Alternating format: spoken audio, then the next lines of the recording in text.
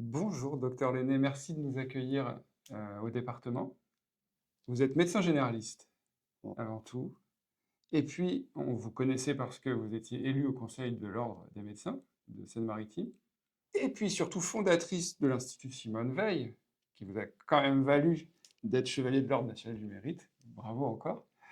Mais pourquoi on vous trouve ici dans les locaux du département? Mais qu'est-ce que vous faites maintenant ici? tout d'abord, bonjour docteur Boisdin. Merci beaucoup de me permettre, de parler des informations préoccupantes de l'enfance à protéger et en fait, quelqu'un est venu me rencontrer et m'a présenté les missions d'un médecin référent de protection de l'enfance et au départ, je me suis dit: «Non, on a tellement de choses à faire déjà dans nos cabinets, Simone Veil et cetera». Et finalement, en lisant, toutes les missions, elles sont tellement belles, précieuses et fondamentales. Il y a tellement de choses à mettre en place dans notre département qu'on connaît Hmm. bien. Bah, j'ai accepté et la direction enfance famille, m'a proposé en juillet dernier, d'étendre cette mission, à aussi la prise en charge, de toute la PMI. Puisque, on va longuement en parler entre nous, mais pour protéger des enfants, il faut prévenir puis protéger quand on doit protéger. Donc ces 2 missions maintenant, le pilotage, pour, la prévention et la protection de l'enfance au titre du soin, c'est la mission qui m'est confiée. Très bien, c'est cohérent tout ça. Bon, alors le rôle des professionnels de santé dans la protection de l'enfance, qu'est-ce que vous pouvez nous dire comme grand message des professionnels de santé, infirmiers, médecins, Oui, orthophonistes? oui. Tout professionnel de santé, doit être, aguerri à cette, notion. Savoir qu'il y a des milliers d'enfants qui souffrent, il y a des dysfonctionnements dans les familles et le devoir de tous qui est inscrit dans la loi, qui est répréhensible si on ne le fait pas et qui fait partie vraiment de notre travail depuis le tout petit bébé in utero, jusque, plus tard, chaque professionnel de santé doit pouvoir avoir des clignotants qui lui Hmm. permettent d'éveiller, de soupçonner au sens pour protéger l'enfant. Donc on va revenir C'est ça. aux droits fondamentaux de l'enfance. C'est l'objectif de l'échange là, hein, c'est Oui. vraiment de clarifier aussi les conduites à tenir Mmh. face à ces situations préoccupantes. Bon, on va taper dans le vif du sujet, avec les dispositifs justement. Information préoccupante, signalement judiciaire, c'est quoi la différence? Mmh. L'information préoccupante, c'est dès lors qu'on a un doute. On voit régulièrement une maman arriver avec un enfant nous disant: «Il faut du Doliprane pour l'autre petit», mais finalement on s'aperçoit qu'il est jamais vu dans les consultations. On voit un enfant qui se met à boiter, un enfant qui décroche à l'école, des tas de petites choses, des tas de clignotants, d'où l'intérêt de travailler en collaboration, nous tous confrères, Mmh. de toutes les spécialités. C'est-à-dire qu'il y a pas de preuve, quoi, Il y a pas hein? de preuve. On n'est pas obligé d'avoir des preuves. On a un doute. D'accord. On a un doute et le doute doit être mis au service de l'enfant. Tout le temps, rappelons les besoins fondamentaux de l'enfant. Mmh. C'est sa santé, sa moralité, l'éveil à l'éducation, aller au sport, à la culture. Ça peut être dans les informations préoccupantes, un enfant qui il y a toujours des arguments pour dire qu'il ne peut pas aller à la sortie scolaire. Il ne peut Mmh. pas aller, à l'épreuve de sport, aller à la Mmh. piscine et finalement, si on se réunit entre nous en réunion, dans nos maisons de santé, on s'aperçoit que l'enfant, finalement, il est retiré de tout ça. Mmh. C'est grave pour les besoins fondamentaux de l'enfant, c'est une information préoccupante. Alors qu'un signalement, le signalement, c'est de tout de suite de l'urgence. C'est-à-dire que si on n'y signale pas, on pense que l'enfant peut Est en mourir danger, dans l'heure qui suit. c'est ça, en danger vital, Et quoi. là, Ouais, c'est OK. le procureur. OK. Donc globalement, on doit pas faire beaucoup de signalements, judiciaires dans On en une fait très carrière, peu, hein? très C'est peu. ouais, Et OK. par contre, des informations préoccupantes, le corps médical en fait malheureusement très peu. Là, je Mmh. parle de tous les Ouais, soignants au ouais, tout à sens fait, large. ouais, ouais. Parce que aussi à une époque, on n'avait pas cette culture fondamentale, du travail en commun, pour échanger, travailler Mmh. entre nous, pour, comprendre des situations complexes et on oubliait que dans les besoins fondamentaux de l'enfant, il y a tout ce que je vous ai dit. Mmh. Justement, d'un point de vue de la responsabilité, les professionnels de santé, on a une obligation légale, hein, j'ai entendu, on a une obligation légale de signaler Ah oui, et absolument. dans quel cas alors, Légal et donc répréhensible. Eh oui. Avec on peut être radié pour nous les médecins, de l'ordre des médecins, Ah ouais, des mais amendes très justement, fortes. il y a le secret professionnel, alors comment on fait? Eh bien, tout est bien fait. Il y Ah, a la grande loi concernant les violences intrafamiliales qui lève le secret médical. Une femme qui est victime de violences intrafamiliales, il y a les enfants dans l'entourage mmh, qui vivent mmh, ce conflit parental, cette horreur. Peut-être qu'eux aussi ont des... Voilà. Mais à titre de cela, ils sont co-victimes.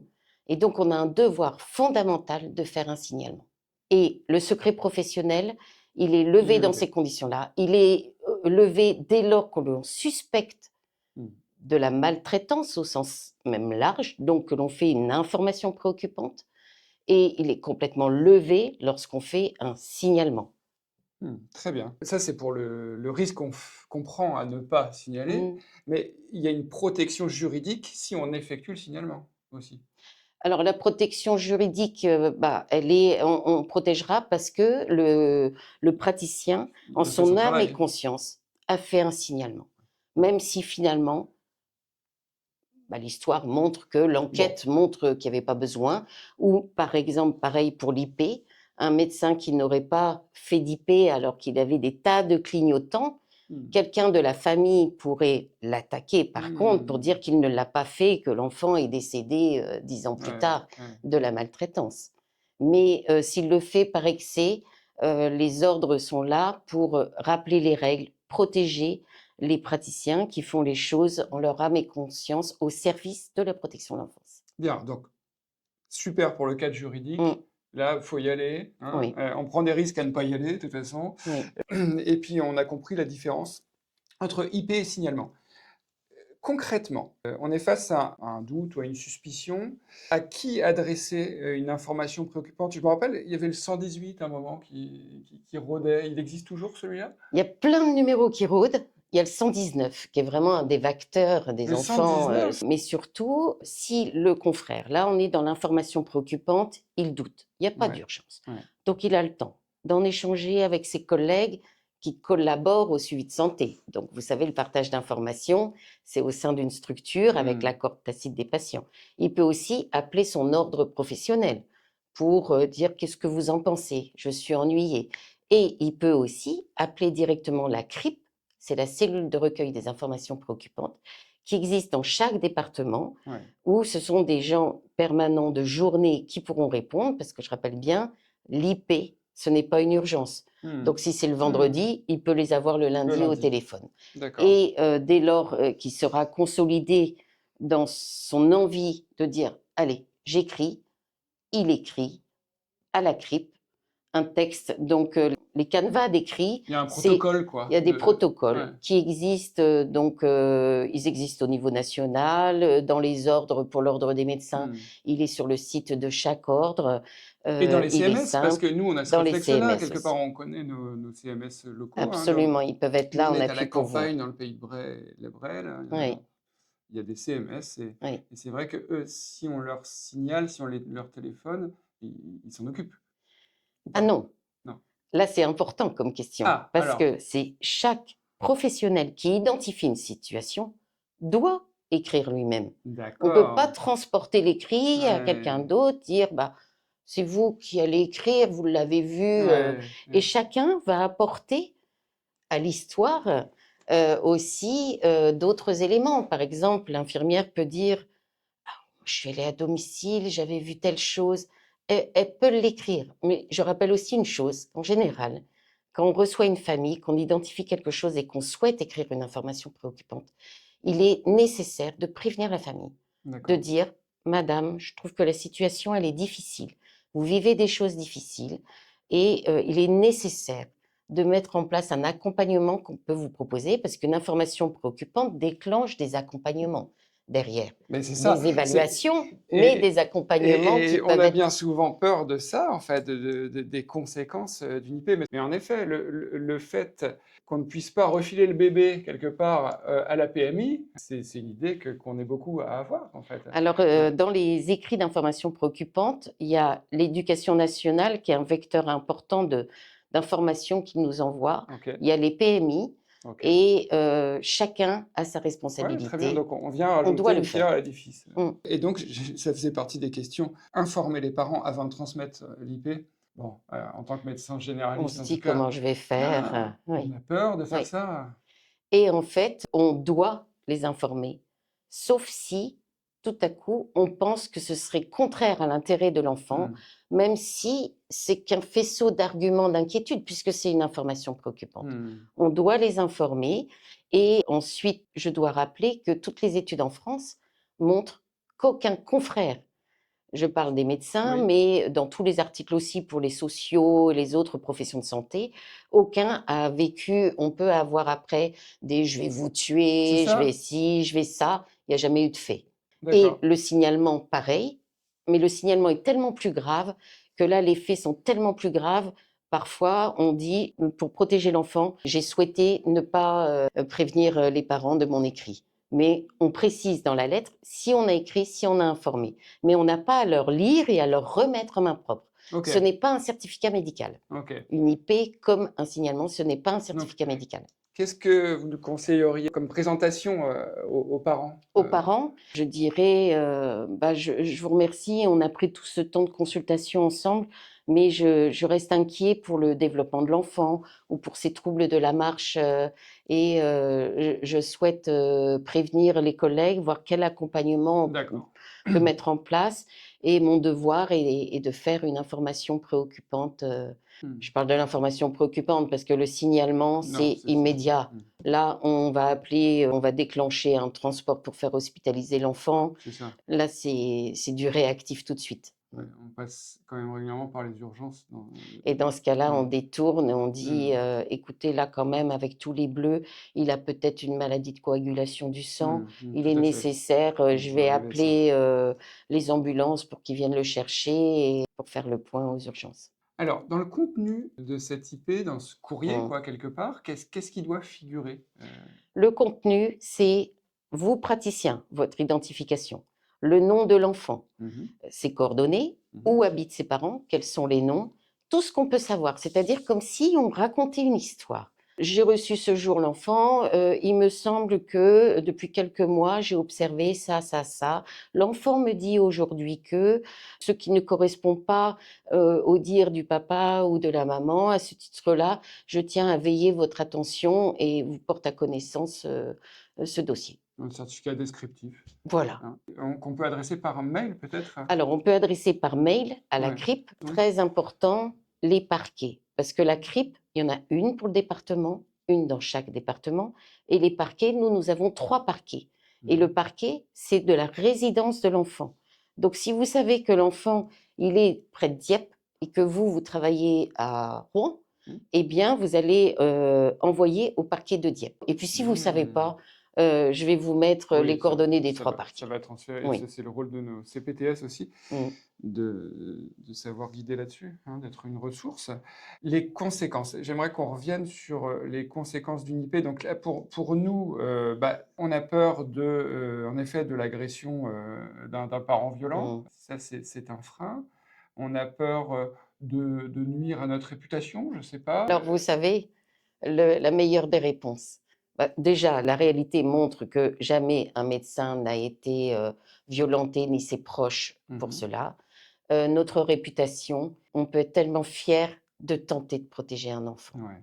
On ne voit pas Mm. l'horreur quand elle est Mm. autour de nous. Mm. On peut parler de l'inceste, Mm. qui est dans plein de milieux. On ne voit pas l'horreur. Et on peut se dire, avec l'humanité de nos métiers, je protège l'enfant. Très Et bien. peut-être que je me trompe, je protège. Mais au moins, on a fait ce qu'il fallait. Ouais. Oui. Et les conséquences pour l'enfant, ça dépend, j'imagine, de la situation. Elles sont multiples.